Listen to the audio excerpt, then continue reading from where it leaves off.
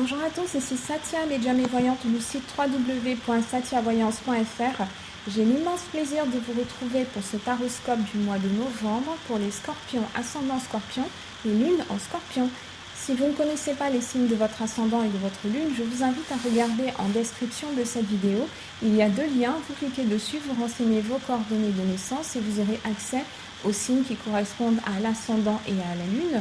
Et ensuite, vous pouvez regarder les vidéos qui se réfèrent à chacun de ces signes pour avoir un éclairage complémentaire. Comme toujours, ceci est un tirage d'ordre général. J'essaye de m'adresser à un maximum de personnes. Néanmoins, il se pourrait que pour certains d'entre vous, ces énergies aient moins d'impact, ce qui est tout à fait normal. À ce moment-là, n'hésitez pas à poster vos questions complémentaires en commentaire et j'y répondrai dans les plus brefs délais.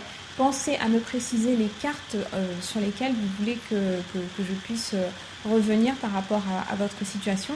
Et je vous propose également d'avoir une consultation privée avec moi, ce qui vous permettra d'aborder complètement votre cas individuel et vos propres problématiques. Alors, on va commencer tout de suite avec les chiffres et jours de chance pour le mois de novembre, pour les scorpions.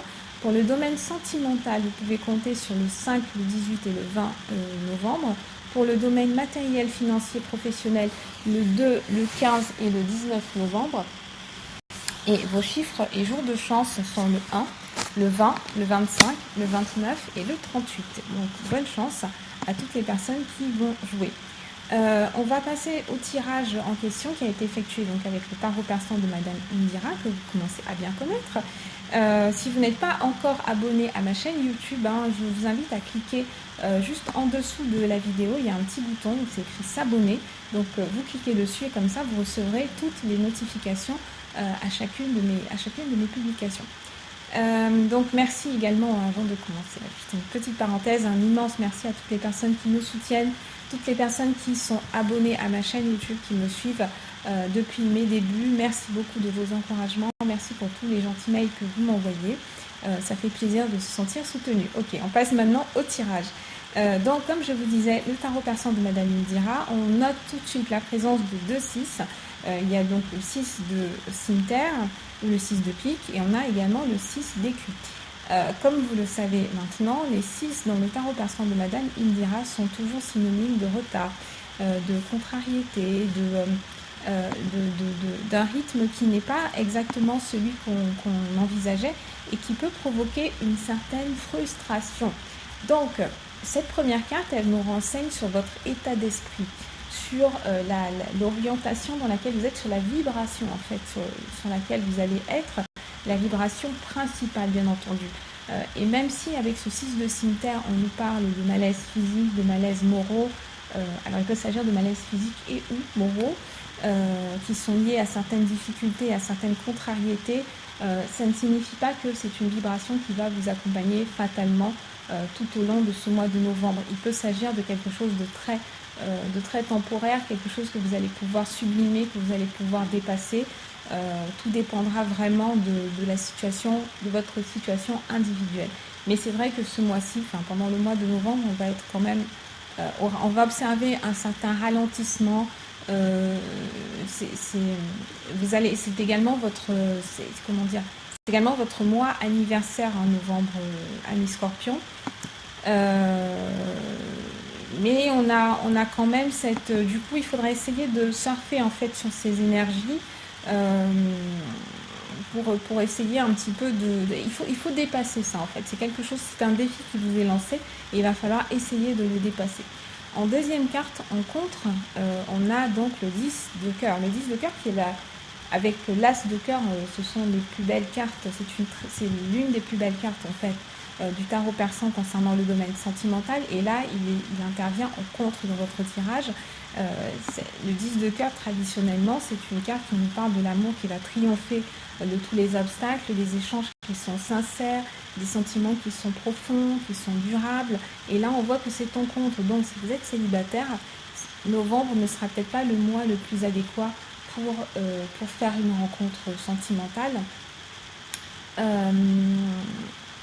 Ou alors, ce sera une rencontre sentimentale, mais quelque chose de très léger, qui n'est pas forcément amené à durer dans le temps. Voilà.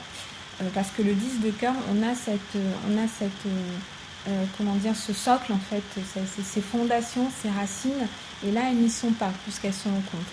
Donc il peut y avoir également pour ceux qui sont en couple, ceux qui sont déjà en couple, il peut y avoir des tensions avec le 10 de cœur qui est en contre.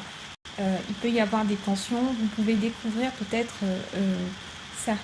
il peut y avoir des malentendus, il peut y avoir des conflits, vous pouvez découvrir des choses, des inexactitudes, et dans le pire des cas, peut-être des mensonges aussi. En tout cas, on a une idée de déception. Et c'est peut-être cette déception qui du coup est à l'origine de ce 6 de cimetière que l'on retrouve en première carte. Ces deux cartes, en tout cas, elles sont liées. Le 10 de cœur, il peut également signifier, c'est le côté relationnel, le côté familial aussi. Peut-être que vous allez être déçu par un membre de votre famille, ou peut-être que vous allez être déçu, vous allez vous-même décevoir d'autres personnes. Ça peut aller vraiment dans les deux sens. Vous allez décevoir une personne, mais dans tous les cas, on voit qu'il y a quand même il y a quand même une trace qui est laissée chez vous, puisque votre vibration personnelle, c'est ce 6 de cimetière, donc ça ne va pas vous laisser indifférent. Et en troisième carte, donc la direction, nous avons le 6 d'écus. Le 6 d'écus, il nous parle de difficultés financières. On a un inconfort, peut-être pas une difficulté, pour certains ça ne va pas aller jusqu'à la difficulté, mais en tout cas on a un inconfort sur le mois de novembre. On a des dépenses qui sont obligatoires et ou imprévues qui vont venir un petit peu alourdir le budget. On a des rentrées d'argent qui étaient attendues et qui vont avoir du retard. Peut-être que ça s'adresse plus particulièrement à nos amis scorpions qui sont à leur compte. Donc si vous êtes à votre compte, vous allez avoir une petite difficulté. Peut-être que vous allez devoir emprunter de l'argent autour de vous.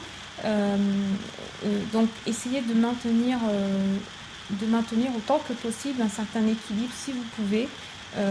Si on vous demande de l'argent, on vous demande un prêt d'argent, novembre n'est pas le mois optimal en fait pour le faire. Il faudra essayer de reporter ça, expliquer votre situation. Et en plus, on a ces deux personnages en fait qui vous accompagnent. Donc on a ce cavalier de carreau et on a ce roi de pique.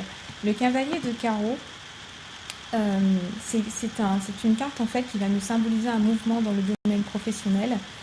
Si vous cherchez un emploi, vous êtes un scorpion, vous cherchez un emploi, vous allez passer clairement par une phase de découragement. C'est peut-être pas une fois de plus en novembre que vous allez décrocher quelque chose, malgré le fait que avec le cavalier de carreau, vous allez bouger, les scorpions. C'est pas du tout de votre faute, c'est juste qu'il y a certains moments qui sont plus favorables que d'autres. Donc comme je vous disais, il y a un mouvement, il y a des nouvelles qui sont apportées, il y a des changements, il y a des déplacements, il y a des démarches. Donc c'est vous en fait qui vous remettez en question. Avec le roi de pique, il peut éventuellement y avoir une signature, mais ce roi de pique, il a un côté un petit peu lourd. C'est un personnage qui nous parle il peut représenter un médecin, il peut représenter un agent de la loi, donc un policier, un avocat, un juge, un notaire, un huissier. Peut-être que vous allez devoir faire appel à des personnes de cette profession-là pour essayer de régler un petit peu votre situation. Ça peut être positif pour vous, ça peut être bénéfique pour vous, tout comme ça peut avoir un côté un petit peu plus lourd si vous êtes un petit peu mis en cause, etc. C'est également un homme qui est plutôt divorcé généralement, qui est divorcé ou alors qui est veuf et qui se retrouve un petit peu à prendre les choses à bras le corps. Si vous êtes une femme scorpion, vous attendez très certainement de l'aide en fait d'un personnage masculin. Il peut s'agir de votre conjoint ou alors de quelqu'un. Si vous venez de rencontrer un homme qui présente ce profil, donc qui est soit dans une profession en lien avec la loi, en lien avec l'administration, en lien avec la médecine, ou alors qui est veuf, qui est divorcé, etc., vous n'allez pas forcément obtenir l'aide que vous souhaiteriez de lui, d'où cette image en fait cette sensation de déception, de devoir un petit peu batailler toute seule. Je pense que pour les hommes scorpions, la tendance sera, le mois sera un petit peu moins compliqué en fait à traverser que pour les femmes scorpions. Si vous êtes déjà dans une activité professionnelle, Donc comme je vous disais, il peut y avoir un retard quelconque. Peut-être que un client qui vous avait promis une signature de contrat va se rétracter, etc. Il peut y avoir plein de choses qui vont venir se mettre en travers de votre chemin. Peut-être l'arrivée de certains collègues également avec qui le courant ne va pas forcément passer. Vous pouvez ressentir un certain isolement sur le plan professionnel. Donc voilà ce que j'avais à vous dire. Je reste à votre disposition à satirvoyance@gmail.com et je vous dis à très bientôt.